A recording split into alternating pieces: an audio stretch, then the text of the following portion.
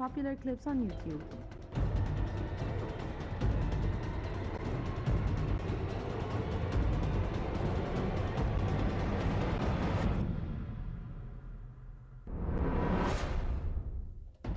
The assassination of Lieutenant Colonel Mohammed Mabrouk of the National Security Sector, who was killed Sunday night by the fire of an unidentified gunman outside his house in Nasr City, was the focus of many posts by Egyptians who were angry of the cruel crime. Al Watan News posts that Mohammed Morsi, in taped declarations to Al Watan, had said that the assassination campaign has not started yet. The assassinated police officer was in charge of the case filed against Mohammed Morsi, accusing him of giving information to foreign intelligence agencies. Muslim Brotherhood, according to Al Watan newspaper, comments that the news of the assassination of Mabrouk is a happy one. Another post on Facebook comments that assassinations have started because of the trial of Khairat al-Shatir, the famous Muslim Brotherhood figure.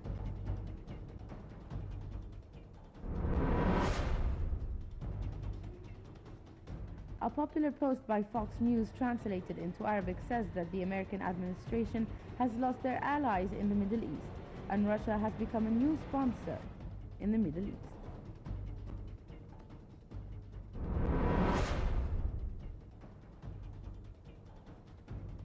A famous quote by the Egyptian laureate Naguib Mahfouz explains the essence of happiness.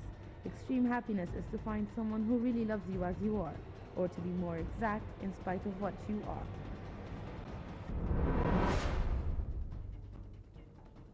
The anger of Egyptians towards the assassination of Lieutenant Colonel Mohammed Mabrouk, who was in charge of the Muslim Brotherhood case in the national security sector, was reflected on Twitter too. Lawyer Khalid Abu Bakr tweets that black terrorism kills people meanly. He condemns the assassination of police officers in charge of Muslim Brotherhood cases. He affirms that both the state and the people in Egypt are launching a war against assassinators. Lieutenant Colonel Mohammed Mabrouk, rest in peace.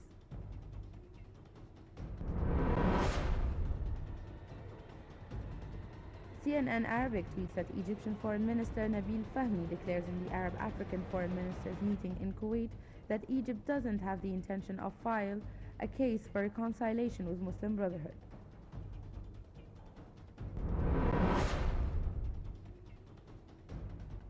In respect to commemoration of Muhammad Mahmud anniversary, rebel groups published an obituary in Al-Ahram newspaper for the martyrs that fell in those sad events, and called for mass funeral service on the streets.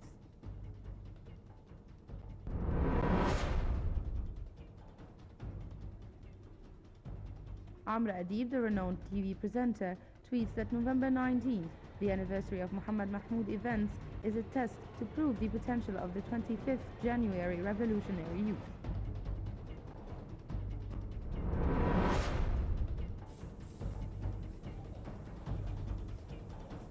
Moving on to YouTube, among the most popular videos are the following: a child and a tiger, a flying laptop, Mozart with an Egyptian touch.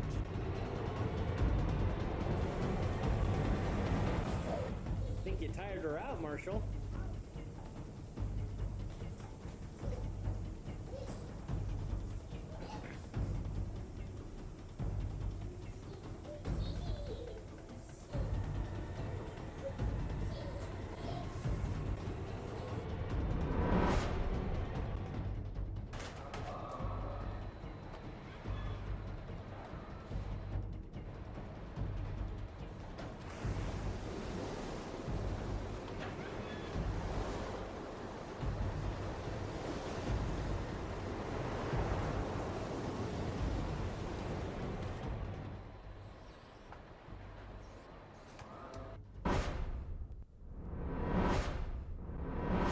Please don't forget to visit our website www.nileinternational.net.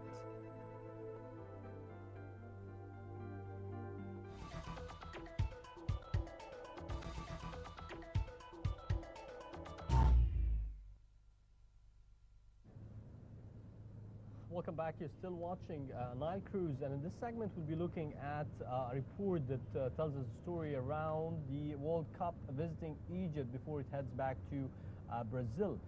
Brazil is being prepared for the upcoming World Cup, supposed to be played next summer in Brazil. And definitely the competition is going.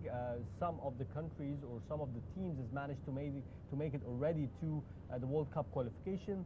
On the African level, Ivory Coast made it to the World Cup. Nigeria made it to the World Cup.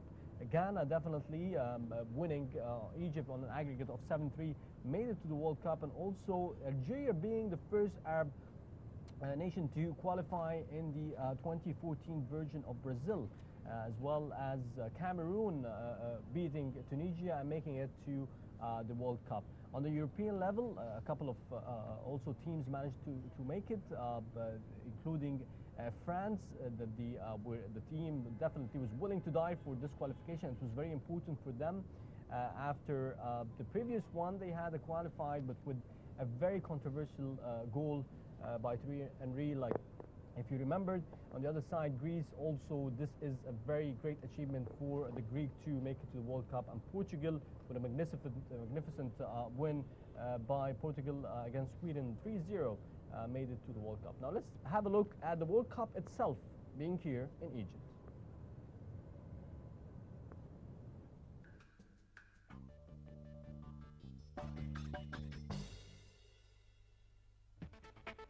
Sponsors Coca-Cola are aiming to give over 1 million people the opportunity to see the trophy up close.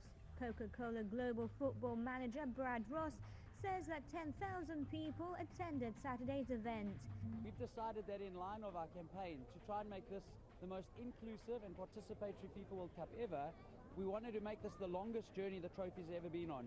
So we've worked out we're going to 90 countries around the world, and Egypt is obviously one of the key countries on those 90 that we're bringing it to. This is the second time that the prestigious silverware has visited Egypt, the first time being in 2010. The trophy arrived in Egypt on Thursday and flies to Tunisia on Sunday. It is scheduled to arrive back in Brazil on April the 21st of 2014, just under 2 months prior to the tournament start. Actress Hala Hashish said the event signaled that Egypt was safe for visitors. It's an amazing event. I'm really happy, and I think it sends out a big message that Cairo is safe, and people, since the World Cup tour is here, so I think it's really safe. The Egyptian national team's hopes of reaching the World Cup finals diminished when the Pharaohs suffered a 6-1 loss to Ghana's Black Stars in the Ghanaian city of Kumasi on October the 15th. The second leg of the qualifier is due to be played at Cairo's Air Defense Stadium on November 19th. It will be the first time since early 2012 that the Pharaohs play in front of home fans following the deaths of 74 people at a league game between Al Ahly and Al Masry in Port Said on February the 1st of 2012, which also led to the suspension of the domestic league. The Ghanaian Football Association wrote to football's world governing body FIFA in October, requesting the second leg playoff be held outside Egypt due to security concerns. Despite being the most successful team in the African Cup of Nations competition with 7 wins, Egypt have only qualified for the World Cup finals twice, making their last appearance in 1990. بجد انا نفسي كنت اتصور في كاس العالم وجنب كاس العالم وكنت نفسي امسكه بس كويس انا اتصورت جنبه. Egyptians had the opportunity to celebrate international success on November the 10th when Cairo's Al Ahly club won a record 8th African Champions League title.